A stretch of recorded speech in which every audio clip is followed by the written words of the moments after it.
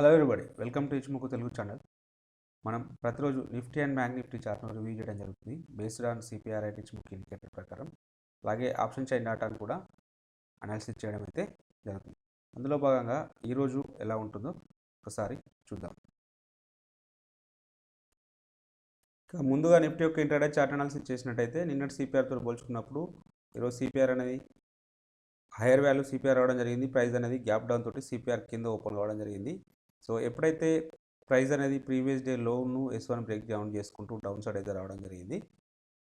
ఈ సందర్భంలో so 15 minutes తర్వాత మన ఎంట్రీ ఇదవుతుంది. బట్ ఈ లో కింద ఇది ఎంట్రీ అయితే రిస్క్ అంటే స్టాప్ లాస్ ఇది అవుతుంది. రివార్డ్ ఓన్లీ ఇంతే ఉంది.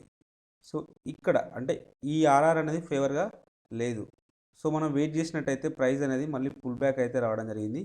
సో పుల్ బ్యాక్ వచ్చినప్పుడు ఇక్కడ స్మాల్ క్యాండిల్ చూడండి. సో ఎంట్రీ ఇది, స్టాప్ లాస్ ఇది, రివార్డ్ ఇది. సో ఇది మోర్ దెన్ 1:2 టైమ్స్ అయితే ఉండడం జరిగింది. సో ఇక్కడికంటే ఈ ప్లేస్లో మనకు ఆర్ఆర్ ఫేవర్గా ఉంది కాబట్టి సో ఇక్కడ ట్రేడ్ అయితే ఇనిషియేటివ్ చేయవచ్చు. సో కాబట్టి టార్గెట్ అయితే అచీవ్ కావడం అయితే జరిగింది. సో ఇక్కడ వచ్చేసి ఇంకొక స్ట్రాటజీ ఇక్కడ వచ్చేసి సో మనం సిపిఆర్ విడ్త్ అనేది వైడ్గా ఉండడం జరిగింది. వైడ్గా ఉంటే ఇనిషియల్ బ్యాలెన్స్ హై లోన్ మనం మార్క్ చేసుకోవాలని చెప్పాము. Initial balance high loan mark చేసుకున్నట్టయితే సో ఎప్పుడైతే ఈ లోలో 50% అప్ సైడ్ బ్రేక్అవుట్ వస్తుందో సో మళ్ళీ ఈ లెవెల్కి వచ్చినప్పుడు సో మనకు రివర్సల్ కావడానికి పాసిబిలిటీ ఉంటుందని చెప్పి మనం ఒక స్ట్రాటజీ అయితే డిస్కషన్ చేయడం జరిగింది. సో దాని ప్రకారం సో ఎంట్రీ ఇది అవుతుంది, స్టాప్ లాస్ అనేది ఇది అవుతుంది. విత్ కన్ఫర్మేషన్ క్యాండిల్ ఈ లో కిందనే మనం ఎంట్రీ తీసుకుంటాం. స్టాప్ లాస్ జస్ట్ ఈ క్యాండిల్ యొక్క హై పైన కొంచెం బఫర్ తీసుకొని స్టాప్ లాస్ అయితే ప్లేస్ చేయడం జరుగుతుంది. సో ఈజీగా మోర్ దెన్ 1:2 టైమ్స్ అయితే అచీవ్ కావడం అయితే జరిగింది. ఇంకా సప్లై డిమాండ్ జోన్స్ గురించి డిస్కషన్ చేస్తే ఇక్కడ ఒక మనం డిమాండ్ జోన్ ఇవ్వడం జరిగింది. దీనిపైన ప్రైస్ అనేది ఓపెన్ కావడం జరిగింది. సో లేటర్ పీరియడ్లో దీన్ని బ్రేక్ డౌన్ చేసుకుంటూ డౌన్ సైడ్ రావడం జరిగింది. సో మళ్ళీ ఒకసారి ఇటు పుల్ బ్యాక్ అయితే రావడం జరిగింది. పుల్ బ్యాక్ వచ్చినప్పుడు ఎంట్రీ పాయింట్ ఏదో అవుతుంది, స్టాప్ లాస్ అనేది అవుతుంది. టార్గెట్ 1:2 టైమ్స్ అచీవ్ అవ్వడం అయితే జరిగింది.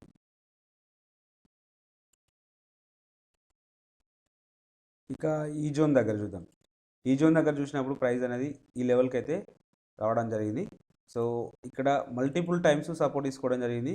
సో వన్ టైం సో ఇక్కడ మనం ఒకవేళ ట్రేడ్ అప్ సైడ్ ఇనిషియేట్ చేయాల్సి వస్తే దీని హై పైన మనం ఇనిషియేట్ చేయాలి.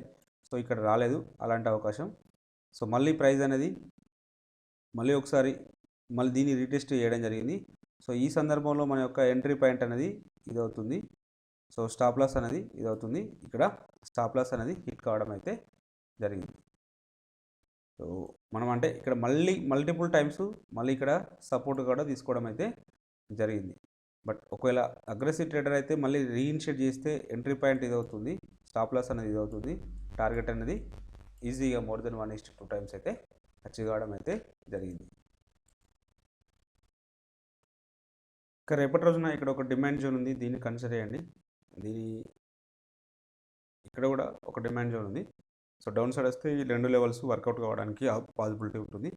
అలాగే ఇక్కడ మనం సిపిఆర్ని చూసినప్పుడు కూడా ఇక్కడ సిపిఆర్ ప్రకారం కూడా ఇక్కడ ఇది వర్జిన్ సిపిఆర్ జోన్ ఉంది కాబట్టి సో మనం దీన్ని కూడా డ్రా చేయవచ్చు.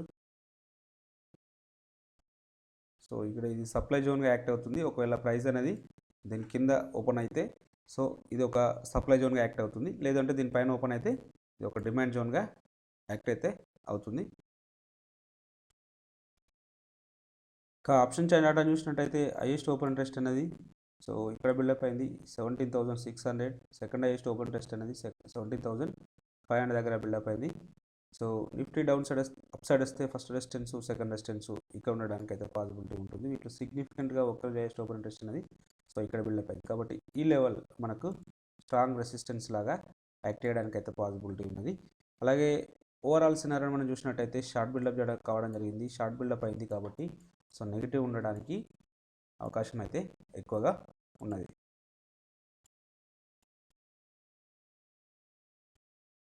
ఇంకా పుట్ సైడ్లో హైయెస్ట్ ఓపెన్ ఇంట్రెస్ట్ అనేది 17,000 దగ్గర ఉన్నది. సెకండ్ హైయెస్ట్ ఓపెన్ ఇంట్రెస్ట్ అనేది 17,100 దగ్గర ఉండడం అయితే జరిగింది.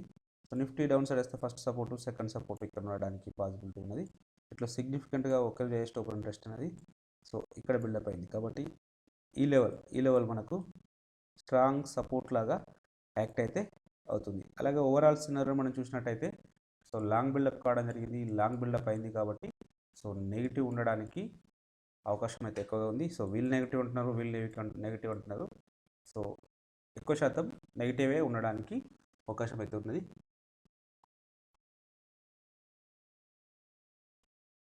ఇంకా ఇచ్చుముఖి ఇండికేటర్ ప్రకారం చూసినట్టయితే ప్రైస్ అనేది క్లౌడ్ పైన ట్రేడ్ అవుతున్నప్పటికీ సో బేరిష్ క్యాండిల్ ఫామ్ కావడం జరిగింది. సో ఇది ఇంకా పర్ఫెక్ట్గా దీనిపైన అంటే బులిష్ క్యాండిల్ క్లోజ్ అయితే మనం సో ఇక్కడ వరకు రావడానికి బులిష్ ఉండడానికి అవకాశం అయితే ఉంటుంది. సో ఎనీహౌ ఒకవేళ ప్రైస్ అనేది ఈరోజు క్యాండిల్ యొక్క హైని బ్రేక్ చేసుకుంటూ అప్ సైడ్ వస్తే సో నెక్స్ట్ ఈ 17,600 వరకు రావడానికి అయితే ఛాన్సెస్ అయితే ఉంటుంది. సో దీనిపైన సస్టైన్ అయితే సో ఇక్కడ వరకు రావడానికి పాసిబిలిటీ అయితే ఉంటుంది. లేదు ఒకవేళ ఇవాళటి క్యాండిల్ యొక్క లో అనేది బ్రేక్అవుట్ వచ్చింది అనుకోండి, ఈ క్యాండిల్ యొక్క లో బ్రేక్అవుట్ వస్తే సో నెక్స్ట్ ఇక్కడ ఆల్రెడీ గ్యాప్ అనేది ఫిల్ కావడం జరిగింది. సో నెక్స్ట్ ఇక్కడ వరకు రావడానికి అయితే ఛాన్సెస్ అయితే ఉన్నది. సో ఈ లెవెల్ వచ్చేసి 17,133 వరకు రావడానికి అయితే ఛాన్సెస్ అయితే ఉన్నవి. సో కావాలిలో చూద్దాం.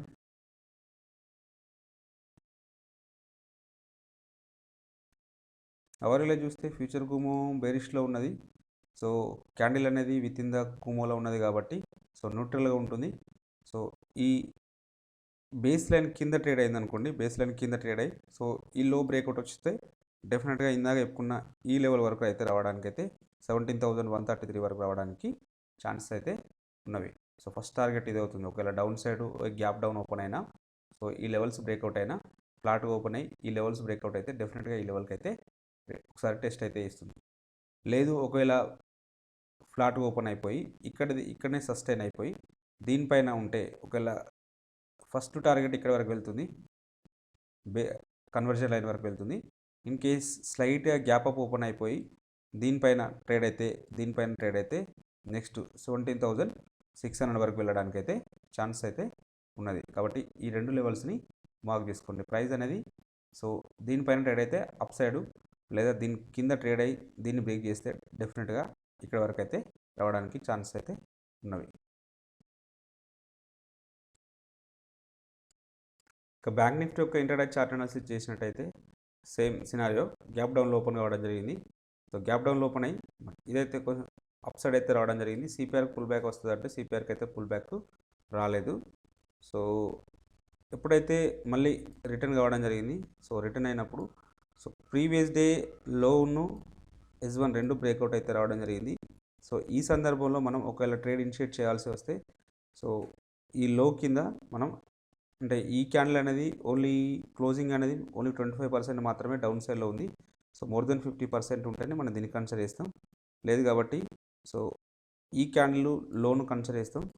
సో ఇది ఎంట్రీ పాయింట్ ఇది అవుతుంది, స్టాప్ లాస్ అనేది ఇది అవుతుంది. ఇక్కడ స్టాప్ లాస్ అయితే ఎట్టుకోవడం అయితే జరిగింది.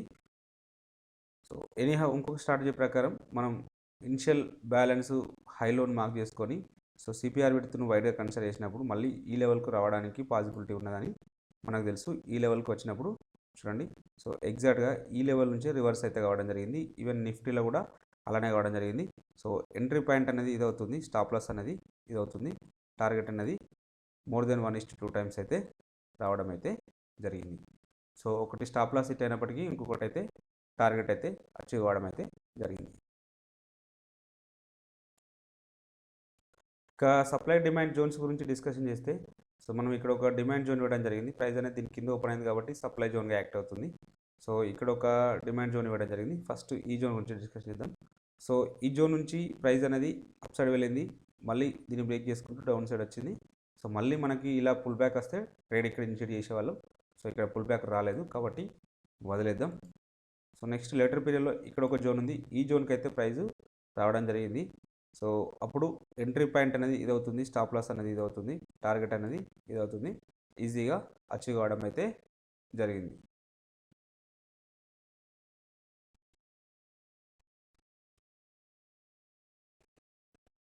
ఇంకా రేపటి రోజున ఈ రోజున సప్లై డిమాండ్ జోన్స్ మార్క్ చేసినట్టయితే ఇక్కడ ఒక గ్యాప్ జోన్, డిమాండ్ జోన్ ఉండడం జరిగింది. సో ఇక్కడ దీని ఒక సప్లై జోన్ కన్సిడర్ చేద్దాం, ఎందుకంటే ఇది మొమెంటం క్యాండిల్ అండ్ ఇది బేస్, అండ్ దీన్ని మనం గ్యాప్ డౌన్ కూడా ఒక మొమెంటం క్యాండిల్ కన్సిడర్ చేసినట్టయితే ఇక్కడ ఒక బేస్ ఫామ్ అయింది. సో కాబట్టి ఇక్కడ మనం కన్సిడర్ చేయవచ్చు. కాబట్టి ఈ జోన్ మార్క్ చేసుకోండి అండ్ ఈ జోన్ మార్క్ చేసుకోండి. ఇక్కడ అప్ సైడ్లో ఎలాగో ఇక్కడ సప్లై జోన్స్ అయితే ఉండడం జరిగింది. సో ఒక్కొక్కసారి ఇక్కడ నుంచి కూడా రివర్స్ కావచ్చు, ఎందుకంటే సో ఇక్కడ గతంలో ప్రైస్ అనేది ఇక్కడ నుంచి వెనుకకు రావడం జరిగింది కాబట్టి సో ఈ జోన్ కూడా యాక్ట్ అవుతుంది. బట్ నేను డ్రా చేయట్లేదు, ఎందుకంటే లెవెల్ ఓవర్ లెవెల్ అవుతుందని. సో మీరు కావాలంటే ఈ జోన్ కూడా కన్సిడర్ చేయవచ్చు. ఇక బ్యాంక్ నిఫ్టీ యొక్క ఆప్షన్ చైన్ డాటాను చూసినట్టయితే హైయెస్ట్ ఓపెన్ ఇంట్రెస్ట్ అనేది 39,000 దగ్గర ఉంది. సెకండ్ హైయెస్ట్ ఓపెన్ ఇంట్రెస్ట్ అనేది 40,000 దగ్గర ఉంది. బ్యాంక్ నిఫ్టీ అప్ సైడ్ అయితే ఫస్ట్ రెసిస్టెన్స్, సెకండ్ రెసిస్టెన్స్ కొనడానికి పాసిబిలిటీ ఉంటుంది. ఇట్లా సిగ్నిఫికెంట్గా ఒక్కరోజు హైయెస్ట్ ఓపెన్ ఇంట్రెస్ట్ అనేది ఇక్కడ ఉంది. కాబట్టి ఈ లెవెల్ మనకు స్ట్రాంగ్ రెసిస్టెన్స్ లాగా యాక్ట్ చేయడానికి అయితే అవకాశం అయితే ఉన్నది. అలాగే పుట్ సైడ్లో హైయెస్ట్ ఓపెన్ ఇంట్రెస్ట్ అనేది సో 38,000 దగ్గర ఉన్నది. సెకండ్ హైయెస్ట్ ఓపెన్ ఇంట్రెస్ట్ ఉన్నది 37,000 దగ్గర ఉన్నది. బ్యాంక్ నిఫ్టీ డౌన్ సైడ్ వస్తే ఫస్ట్ సపోర్ట్, సెకండ్ సపోర్ట్ ఇక్కడ ఉంటుంది. ఇట్లా సిగ్నిఫికెంట్గా ఒకరోజు హైయెస్ట్ ఓపెన్ ఇంట్రెస్ట్ అనేది ఇక్కడ బిల్డప్ అయింది. కాబట్టి ఈ లెవెల్ మనకు స్ట్రాంగ్ సపోర్ట్ లాగా యాక్ట్ అయితే అవుతుంది. అలాగే ఓవరాల్ సినారియోని మనం చూసినట్టయితే లాంగ్ బిల్డప్ కావడం జరిగింది. కాబట్టి నెగిటివ్ ఉండడానికి అవకాశం అయితే ఉన్నది. సో వీళ్ళు నెగిటివ్ అంటున్నారు. సో ఓవరాల్గా నెగిటివ్గా ఉండడానికి అయితే ఛాన్సెస్ అయితే ఎక్కువగా ఉన్నవి. సో ఇక ఇచ్ముఖ్ ఇండికేటర్ ప్రకారం కూడా ఒకసారి చూద్దాం. ఇక ఇచ్ముఖ్ ఇండికేటర్ ప్రకారం చూసినట్టయితే సో ఫ్యూచర్ కుమో బులిష్లో ఉంది. సో ప్రైస్ అనేది క్లౌడ్ పైన ట్రేడ్ అవుతుంది. సో నిన్న మనం డిస్కషన్ చేయడం జరిగింది లాస్ట్ వీడియోలో, ఇది ఫ్లాట్గా ఉంటే ఈ హైస్ అనేవి బ్రేక్అవుట్ రావు. సో డెఫినెట్గా 2-3 క్యాండిల్స్ అయితే పుల్ బ్యాక్ అయితే వస్తాయని చెప్పాము. సో ఎగ్జాక్ట్గా అలానే కావడం అయితే జరిగింది. సో కన్వర్జన్ లైన్ వరకు రావడానికి ఛాన్సెస్ ఉన్నాయని చెప్పాము. సో కన్వర్జన్ లైన్ దగ్గరే సపోర్ట్ అయితే తీసుకోవడం జరిగింది. ఇక రేపటి రోజున సినారియో సో ఇంకొక రోజు కూడా పుల్ బ్యాక్ రావడానికి పాసిబిలిటీ అయితే ఉన్నది, ఎందుకంటే బేస్ లైన్ ఫ్లాట్గా ఉంది, ఇక్కడ స్పాన్ బి అనేది ఫ్లాట్గా ఉంది, స్పాన్ ఏ ఫ్లాట్గా ఉంది, అన్ని ఫ్లాట్గా ఉన్నాయి. కాబట్టి డెఫినెట్గా మళ్ళీ ఇంకొక 1 డే 2 డే అయితే డెఫినెట్గా పుల్ బ్యాక్ రావడానికి ఛాన్సెస్ అయితే ఉన్నది. సో ఒకవేళ ఈ కన్వర్జన్ లైన్ అనేది బ్రేక్ డౌన్ వస్తే సో నెక్స్ట్ ఈ బేస్ లైన్ వరకు రావడానికి ఛాన్స్ అయితే ఉంటుంది. బేస్ లైన్ వచ్చేసి 38,000. సో ఇన్ కేస్ ఇది బ్రేక్ డౌన్ వస్తే హెవీ గ్యాప్ డౌన్ ఓపెన్ అయ్యి సో ఇది బ్రేక్ డౌన్ అయితే నెక్స్ట్ ఇక్కడ వరకు రావడానికి అయితే ఛాన్స్ అయితే ఉంటుంది. సో ఈ లెవెల్ సిగ్నిఫికెంట్గా వర్కౌట్ అయితే అవుతుంది. 37,319 వరకు రావడానికి అయితే ఛాన్సెస్ అయితే ఉన్నవి. ఇది డౌన్ సైడ్ సినారియో. ఇక అప్ సైడ్ సినారియో ఒకవేళ ఇక్కడే ఫ్లాట్ ఓపెన్ అయిపోయి ఈ కన్వర్జన్ లైన్ దగ్గరే సపోర్ట్ తీసుకుంటే నెక్స్ట్ టార్గెట్ సో ఈ క్యాండిల్ యొక్క హై వరకు వెళ్ళడానికి ఛాన్సెస్ అయితే ఉన్నది. సో అది వచ్చేసి 39,200 వరకు వెళ్ళడానికి ఛాన్సెస్ అయితే ఉన్నది. సో ఈరోజు ఒకవేళ ఫ్లాట్ ఓపెన్ అయిపోయినా లేదా స్మాల్ గ్యాప్ అప్ తోటి ఓపెన్ అయినా 39,200 వరకు రావడానికి అయితే ఛాన్సెస్ అయితే ఉన్నవి.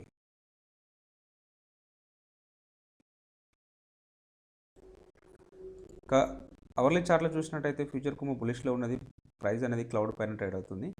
సో ఇక్కడ క్లౌడ్ అనేది వీక్గా ఉన్నది కాబట్టి up side down side breakouts రావడానికి అయితే పాసిబిలిటీ ఉన్నది. సో ఒకవేళ ఈ బేస్ లైన్ అనేది బ్రేక్ డౌన్ అయిందనుకోండి, డెఫినెట్గా ఇందాక డిస్కషన్ చేసుకున్న 37,300 వరకు రావడానికి ఛాన్స్ అయితే ఉన్నది.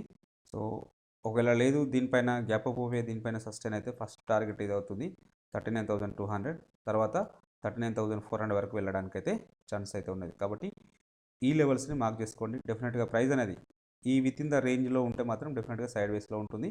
సో ఈ లెవెల్స్ బ్రేక్అవుట్ వచ్చినాయి అనుకోండి, అప్స్ డౌన్ సైడ్ వస్తే సో అప్ సైడ్ వెళ్తే ఇక్కడ వరకు వెళ్తుంది, డౌన్ సైడ్ వస్తే మాత్రం డెఫినెట్గా ఈ లెవెల్ ఒకసారి అయితే రీటెస్ట్ చేయడానికి అయితే పాసిబిలిటీ ఉన్నది. సో ఎందుకంటే ఇక్కడ నుంచి ప్రైస్ అనేది సిగ్నిఫికెంట్గా ఒక మూవ్ అయితే రావడం జరిగింది. కాబట్టి నెక్స్ట్ మళ్ళీ ఒకసారి ఇక్కడ పెండింగ్ ఆర్డర్స్ ఉంటాయి. సో కాబట్టి ఈ లెవెల్ని మళ్ళీ ఒకసారి రీటెస్ట్ చేస్తుంది. సో ఫ్లాట్గా ఓపెన్ అయినా స్మాల్ గ్యాప్ డౌన్ తోటి ఓపెన్ అయినా సో ఈ లెవెల్స్ బ్రేక్అవుట్ వస్తే మాత్రం డెఫినెట్గా ఇక్కడ వరకు అయితే వస్తుంది. సో ఇంకా హెవీ గ్యాప్ డౌన్ ఓపెన్ అయితే నెక్స్ట్ ఈ లెవెల్లో ఒకసారి టెస్ట్ చేస్తుంది. బట్ ఇంత దూరం వెళ్ళకపోవచ్చు. ఈ లెవెల్ అయితే కన్సిడర్ చేయండి ఈ రోజున. ఎఫ్ఐ డాటాను చూసినట్టయితే 11th ఫిబ్రవరి రోజు సో వీళ్ళు 100 crores బై చేయడం జరిగింది నెట్లో. సో ఇది గుడ్ న్యూసే, బట్ ఈ నెంబర్ అనేది చాలా తక్కువగా ఉంది. సో బట్ ఈసారి మన వాళ్ళు సెల్ చేయడం జరిగింది. చూద్దాం ఏం జరుగుతుందో. బట్ ఇక్కడ నెంబర్ అనేది 1000 crores ఉంటే ఇంకా మార్కెట్ అయితే మంచి ర్యాలీ రావడానికి అవకాశం అయితే ఉండదు. బట్ ఈ 100 నెంబర్ అనేది చాలా తక్కువ. సరే, ఏది ఏమైనప్పటికీ వీళ్ళు పాజిటివ్లో ఉండడం అనేది ఒక మంచి న్యూస్.